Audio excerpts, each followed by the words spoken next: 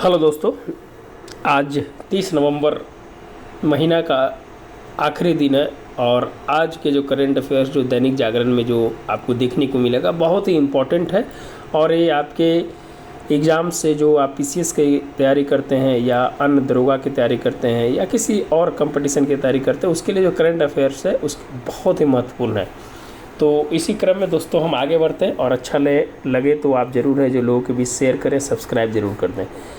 दोस्तों आज हम बात करेंगे, बहुत ही इंटरेस्टिंग चीज़ है कि पीएम गरीब कल्याण अन्न योजना की शुरुआत जो है कोविड के समय में आप सुने होंगे कि बिहार से हुई थी। बिहार के खगड़िया एक डिस्ट्रिक्ट है, वहाँ के तेलिहार प्रखंड से है जो पीएम गरीब कल्याण अन्न योजना की जो शुरुआत हुआ था मई 2020 के आसपास है जो इसकी है जो शुरुआत की गई थी, जिसमें जो कोविड के समय लोगों को 5 किलो अनाज है जो देने की है जो इसमें है जो बात की गई थी।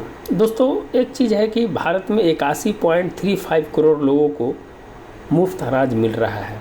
बहुत अच्छी बात है, एक कल्याणकारी योजना है, सही चीज़ है जो निश्चित रूप से है जो मिलते रहना चाहिए। लेकिन हमारी जो आत्मनिर्भरता है, जो लोगों की आत्मनिर्भरता है, एक तरफ सरकार है जो आत्मनिर्भर बनने की बात करती है, दूसरी तरफ है जो 5 केजी अनाज से सरकार अपनी है जो पीठ थपथपाती रहती है। तो ये है जो कहीं ना कहीं एक दूसरे के कॉन्ट्राडिक्शंस हैं कि हम एक विकसित अर्थव्यवस्था की ओर बढ़ रहे हैं, हम बहुत ऊंचे अर्थव्यवस्था में जा रहे हैं, हमारी है जो वैश्विक नेतृत्व बहुत अच्छी है। आप ये नहीं देख रहे हैं कि आपके यहाँ जो भूखे जो ग्लोबल हंगर इंडेक्स है उसके रैंक 111 है। तो आप योजनाओं को अगर 5 साल बढ़ा देते हैं, 5 केजी अनाज से अगर किसी का पेट भरता है तो निश्चित रूप से आत्मनिर्भरता है कहीं ना कहीं है जो लोगों की है जो कमी होगी, सरकार के ऊपर लोग निर्भर जरूर होंगे। लेकिन हमें है जो इस योजना को लगातार इतना बढ़ाने से अच्छा है कि और इसमें है जो कुछ समय के लिए कम कर दिया जाए और इसमें है जो कुछ रोज़गार उत्पन्न करने के लिए है जो कुछ व्यवस्थाएं हैं जो लोगों को है जो देनी चाहिए। सरकार बहुत सारी योजनाएं चलाती है, लेकिन जो पीएम गरीब कल्याण अन्न योजना है पूरी तरह से है जो सब्सिडाइज्ड है, सरकार के ऊपर बोझ ज़्यादा आती है। निश्चित रूप से है कि जो लोकतंत्र में जो राजनीति होती है वो वोट की राजनीति होती है और वोट की राजनीति कहीं ना कहीं है जो आपको सत्ता पर पहुंचाती है। तो अगर 81 करोड़ लोग, अगर हमारी जनसंख्या क्या है 140 करोड़, 140 करोड़ में अगर मान लीजिए 81 करोड़ को है जो मुफ्त अनाज दिया जा रहा है तो हम अपनी वैश्विक छवि है जो कहीं ना कहीं है जो एक अलग तरीके से है जो हम है जो अपने आप को दिखा रहे हैं। तो हमें इससे बचना है, कल्याणकारी योजनाएं हैं जो हमें काम करनी है। फ्री बीज की है जो विरोध करते हैं, जो जिस पार्टी विरोध करती है, अगर फ्री बीज है जो लोगों को इस माध्यम से अगर देना चाहती है तो वो भी है जो कहीं ना कहीं है जो समस्या का कारण है। तो इससे है जो हमें दूर रहना चाहिए, थोड़ी हमें बैलेंसिंग काम करनी चाहिए। हमारे नेशनल फूड सिक्योरिटी जो है वो है जो 67% जो कवर करती है उसको है जो आगे है जो हमें बढ़ाना चाहिए। और इस तरह की एडिशनल योजनाएं जो है कोविड के बाद है जो कहीं ना कहीं है जो कम कर देने चाहिए। अब कहिएगा कि सर आप है जो गरीबों के विरुद्ध बोल रहे हैं, हम गरीबों के विरुद्ध नहीं बोल रहे हैं, उनकी गुणवत्ता पर हम ध्यान दे रहे हैं। 5 केजी चावल से कोई गरीब है जो ऐसा नहीं है कि वो भूखा सो जाएगा, ऐसा नहीं होता है। बहुत सारे लोग जो है ये 5 केजी जो अनाज जो मिलती है ना इसको है जो खाते नहीं हैं। आपको है जो आप एकदम बात कीजिए ज़मीनी स्तर की बात कीजिए, बहुत लोग इसको बेच देते हैं, इसको गाय को खिला देते हैं, अपने नहीं खाते हैं। आप एकदम इस चीज़ को आप है जो एक बार ऑडिट कराइए, सोशल ऑडिट ज़रूर कराइए, तब है जो पता चलेगा। लेकिन आपसे जो रिलेटेड जो 81.35 करोड़ लोगों को है जो मुफ्त अनाज मिलता है, पीएम गरीब योजना 5 साल के लिए बढ़ा दी गई है। ये 2028 तक की योजना है, 2020 से चली थी, 2028 तक चलेगी। ये है जो मोटा मोटी जो पीटी मेन से रिलेटेड जो था उसको है जो हमने बताने का है जो प्रयास किया। चलिए आगे है दोस्तों कि आदिवासी समुदाय को भरोसा बढ़ाएगी पीएम जन मन योजना। जो पीएम जन मन योजना है वो है जो आदिवासी समुदाय को बढ़ाने के लिए, आदिवासियों के उनके बुनियादी सुविधाओं को बढ़ाने के लिए है जो सरकार ने है जो बिरसा मुंडा जो जयंती थी, जनजाति गौरव दिवस जो होता है उस पर है जो 15 सितंबर को है जो झारखंड से है, झारखंड के खूंटी ज़िले से है जो इन्होंने है जो चालू किया था। निश्चित रूप से हमारे के यहाँ जो आदिवासी समुदाय के जो है उसमें है जो आज भी है जो कहीं ना कहीं है जो एक कमेटी है जो एक बनी थी, उस कमेटी ने रिकमेंडेशन किया था कि सबसे ज़्यादा जो है हमारे यहाँ जो आदिवासी संस्कृति का जो लोप हो रहा है उसको जो बचाने की ज़रूरत है, उसको पहाड़ी संस्कृति भी बोलते हैं। तो पीएम जन मन योजना का जो संबंध है दोस्तों वो है जो आदिवासी समुदाय से है, और इससे जो लोकसभा के जो अभी वर्तमान में चुनाव हो रहे हैं उसमें है जो जनजातियों को लुभाने के लिए सरकार की है जो एक बहुत बड़ी स्कीम है जो इसमें है जो कहीं ना कहीं है जो शामिल की गई है। निश्चित रूप से ये है जो राजनीतिक बातें हैं, लेकिन है जो वर्तमान समय में जो योजना है, जैसे कि आप कुछ दिन पहले है जो तेलंगाना का राइटी बंधु जो योजना थी उसको है जो आचार संहिता के मामले में रोक लगा दिया गया। तो ये जो अभी जो योजनाएं जो घोषित हो रही हैं इसके क्या आधार हैं, क्या बेसिस हैं, ये तो है जो वहाँ की सरकार ही बताएगी जो है जो योजना को लागू करती है। लेकिन पीएम जन मन जो योजना है ये आदिवासी समूह के लिए। इसके दूसरी पॉइंट पर अगर हम बात करें दोस्तों कि जो अनुसूचित जाति और अनुसूचित जनजाति के टोटल 131 सीट हैं। आप जानते हैं लोकसभा में 47 सीट है जो आपके अनुसूचित जाति के हैं और 87 सीट है जो अनुसूचित जनजाति के हैं। तो हाँ, उल्टा बोल दिया, थोड़ा सा उल्टा बोल दिया जो है जो दोस्तों लोकसभा में जो है ना जो 47 सीटें हैं जो अनुसूचित जनजाति के हैं और 87 और 131 में से 47 सीट अगर आप घटा लेते हैं तो 84 सीट जो है अनुसूचित जाति के हैं, माने एससी के हैं। वहाँ पर आप अपने आप को थोड़ा सही कर लीजिएगा। एससी का है जो आपका 84 सीट है और एसटी का है जो 47 सीटें हैं। इस पर है जो थोड़ा सा ध्यान रखिएगा। तो ये जो है 131 जो सीटें हैं उसको है जो कहीं ना कहीं है जो सरकार है जो देखती है, उसके दोनों सरकार और विपक्ष है जो दोनों देखती है कि भाई किस प्रकार से है जो 131 सीटों को है जो कवर किया जा सके। तो हम है जो निश्चित रूप से है जो आदिवासी कल्याण के लिए हम बात करते हैं, उनके उत्थान के लिए बात करते हैं, उनकी बुनियादी सुविधा के लिए बात करते हैं। उस पे है जो कहीं ना कहीं है जो सरकार की नज़र, और सरकार की नज़र अगर सरकार काम करेगी तो उसको है जो वोट मिलेगी, क्या कि लोकतंत्र में तो वोट का ही खेल होता है। तो अगर आदिवासी के लिए काम किया गया है तो बहुत ही अच्छी बात है। 16वें वित्त आयोग के है जो दोस्तों आप जानते हैं कि 2026 से 2031 तक 16वें वित्त आयोग का है जो गठन करने का है जो कार्य है जो प्रारंभ हो रहा है। अभी तक इसके कौन अध्यक्ष होंगे इसकी जो चर्चा नहीं है। इनमें 1 अध्यक्ष और 4 है जो इनके सदस्य होते हैं, टोटल 5 सदस्य होते हैं।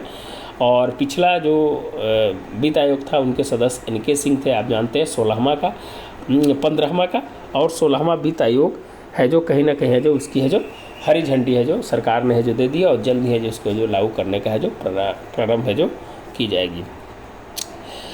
आगे हम बढ़ेंगे दोस्तों, इस पे है जो विशेष चर्चा है जो हमने है जो किया। आगे है कि मणिपुर का सबसे पुरानी उग्रवादी संगठन जो UNLF है जो सरकार से शांति समझौता है जो कर लिया। एक अच्छी खबर है, मणिपुर से बहुत दिनों के बाद एक अच्छी खबर है जो मिल रही है। मणिपुर 8-9 महीने से कहीं ना कहीं जो जल रही थी, उससे है जो सबसे इम्पोर्टेंट बात है कि अब ये शांति समझौता जो बढ़ रहा है यह जो नॉर्थ ईस्ट के लिए, मणिपुर के लिए और केंद्र सरकार और राज्य सरकार के लिए एक राहत की खबर है।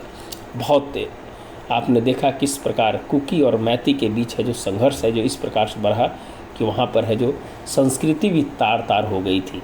तो निश्चित रूप से जो मणिपुर का जो ये शांति समझौता है एक है जो शांति के रूप में है जो आगे बढ़ने का है जो संकेत दे रहा है, और इस प्रकार के है जो बातों की प्रशंसा करनी चाहिए। हमारा देखिए दोस्तों, एक चीज़ सिंपल सी बात है, आप दिल्ली में बैठते हैं, दिल्ली से मणिपुर की है जो दूरी है जो कम से कम होगा 1500 से 2000 किलोमीटर है। आप मणिपुर में क्या हो रहा है, दिल्ली के बीच संवाद कहीं ना कहीं है जो कम ही होती है, माने कम होती है कि मतलब है जो उसका प्रसार है जो कहीं ना कहीं है जो उसका है जो गति है कहीं ना कहीं मंद होती है। अगर यही चीज़ अगर दिल्ली में अगर होती तो इस चीज़ को कभी सॉर्ट आउट कर लिया जाता, लेकिन नॉर्थ ईस्ट का इलाका थोड़ी संवाद की कमी और जनजातीय संघर्ष और सरकार की प्रतिबद्धता कहीं ना कहीं है जो कमज़ोर वहाँ दिखाई दी, जिसके कारण मणिपुर है जो इस स्थिति में पहुँचा। हम उम्मीद करते हैं कि मणिपुर में अभी सरकार स्थिर होकर है जो लोगों के बीच है जो काम करे, और इसके लेकर है जो सरकार और वहाँ के लोगों के बीच है जो आपसी विश्वास को है जो बढ़ाया जाए। आगे बढ़ते हैं दोस्तों, आगे है जो आप जानते हैं दीदी जो प्रधानमंत्री जो लखपति दीदी योजना थी, जो प्रधानमंत्री ने पिछले 15 अगस्त को है जो चालू किया था, उसमें है जो ड्रोन के माध्यम से लोगों को है जो आय बढ़ाने का है जो काम किया जा रहा है। आय कैसे बढ़ेगा? सरकार कर रही है कि हम 15,000 महिलाओं को है जो हम ड्रोन खरीद कर देंगे, उस पर 8 लाख है जो सरकार देगी, 2 लाख रुपया है जो लगानी पड़ेगी, और उसके माध्यम से कृषि के जो व्यवस्थाएं हैं उसको बदलने का एक प्रयास है जो किया जा रहा है। आत्मनिर्भर बनाने की बात कर रही है, कृषि के पैटर्न को है जो कहीं ना कहीं चेंज करने की बात कर जा रही है। और इससे क्या होगा कि महिलाओं को है जो इससे प्रशिक्षित किया जाएगा, महिलाओं को इसमें जो शामिल किया जाएगा, ताकि किसानों की जो किसानों के साथ जो उनका संबंध है, जो किसानों के साथ जो कृषि संबंध है, कृषि कार्य के संबंध है, वो है जो वहाँ तक पहुँचाया जाए। इस बहुत अच्छी योजना है और निश्चित रूप से है जो ये योजना को है जो लोगों तक पहुंचाना चाहिए। लेकिन सबसे बड़ी बात है कि तकनीकी रूप से महिला कितना दक्ष है इसको चलाने में, ये भी है जो एक है जो प्रश्न चिन्ह है जो कहीं ना कहीं है जो इस पे है जो बन जाती है। तो स्वरोजगार और आजीविका के लिए सरकार की योजना को कहीं ना कहीं है जो इसको देखा जाता है एक सकारात्मक रूप में।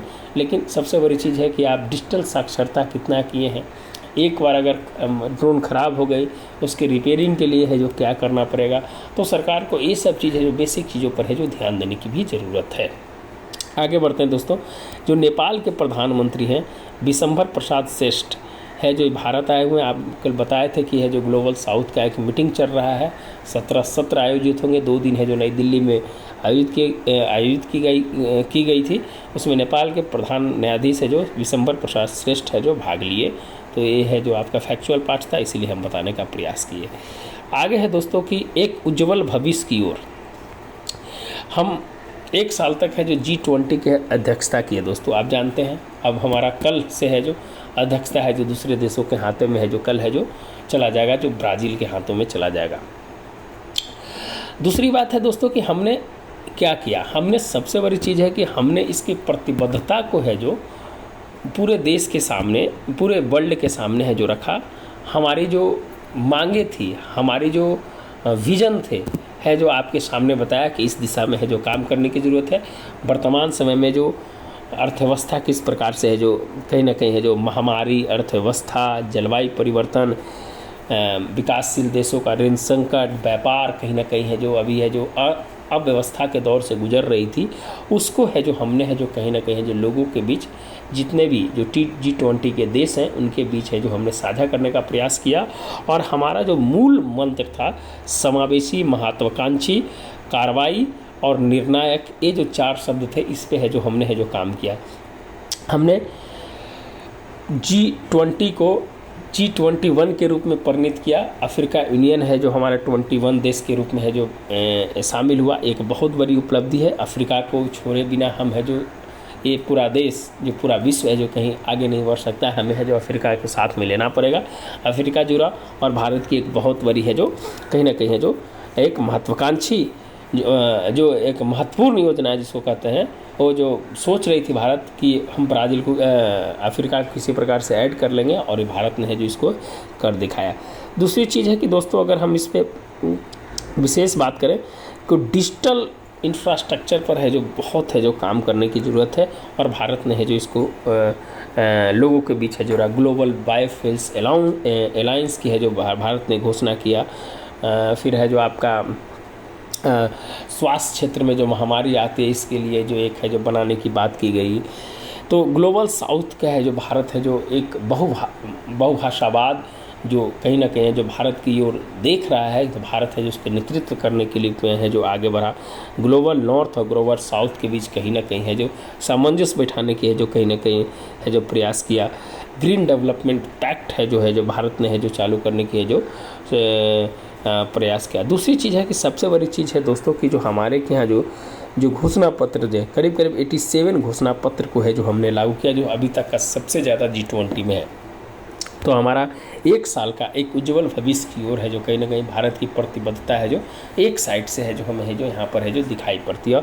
और भारत ने इसका सफल आयोजन करके भारत के दृढ़ निश्चय और भारत के विकासशील से विकसित अर्थव्यवस्था की ओर जाने का है जो एक प्रण कहीं ना कहीं है जो एक मार्ग है जो प्रशस्त हुआ है।